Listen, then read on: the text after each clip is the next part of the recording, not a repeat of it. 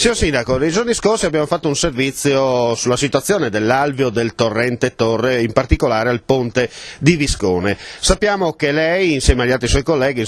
vi siete mobilitati per cercare di dare sicurezza al territorio, ma fino ad oggi qualcosa si è fatto, però alla fine il problema è sempre quello: si può proseguire sì o no?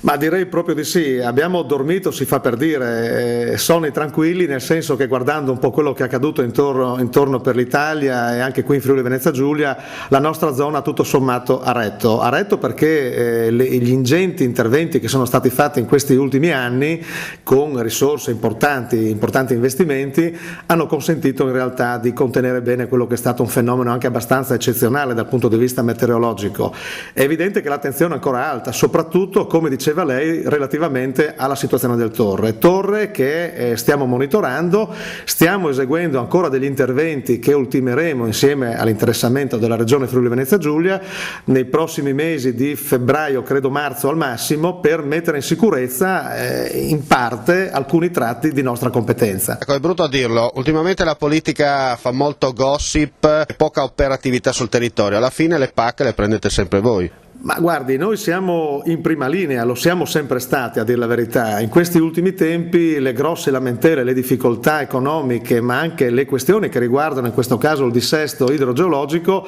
sono in capo ovviamente come sempre ai sindaci. Quindi noi chiediamo alla politica che la politica diventi veramente del fare, perché qui c'è la necessità di intervenire anche d'urgenza con provvedimenti straordinari. Quindi io credo che la Regione, ma anche lo Stato soprattutto, debba intervenire. Con gli ultimi interventi si è evitato che ad esempio Clauliano finisse sott'acqua. È proprio così, noi ormai da alcuni anni non abbiamo avuto nessuna situazione di criticità, stiamo monitorando ancora delle situazioni che a nostro avviso vanno ulteriormente migliorate.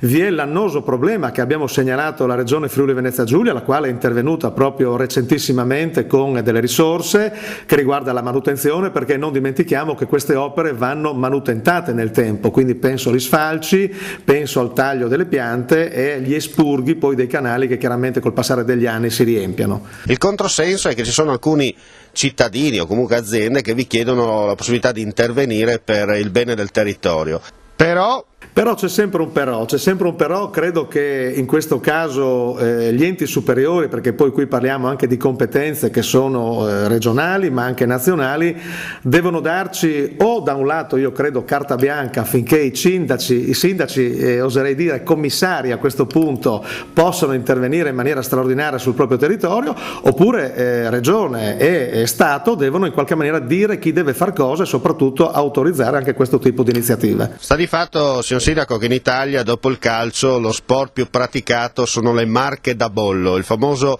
passaggio e tackle in scivolata in salsa burocratica. Ma direi di sì, le difficoltà ormai si stanno accumulando perché anni e anni di burocrazia in effetti si sono sovrapposte tutta una serie di competenze dove molte volte non si sa chi deve far cosa, come dicevo prima, e quindi c'è la necessità di intervenire d'urgenza da un lato per facilitare le pratiche soprattutto, ma dare la possibilità ai cittadini di poter intervenire.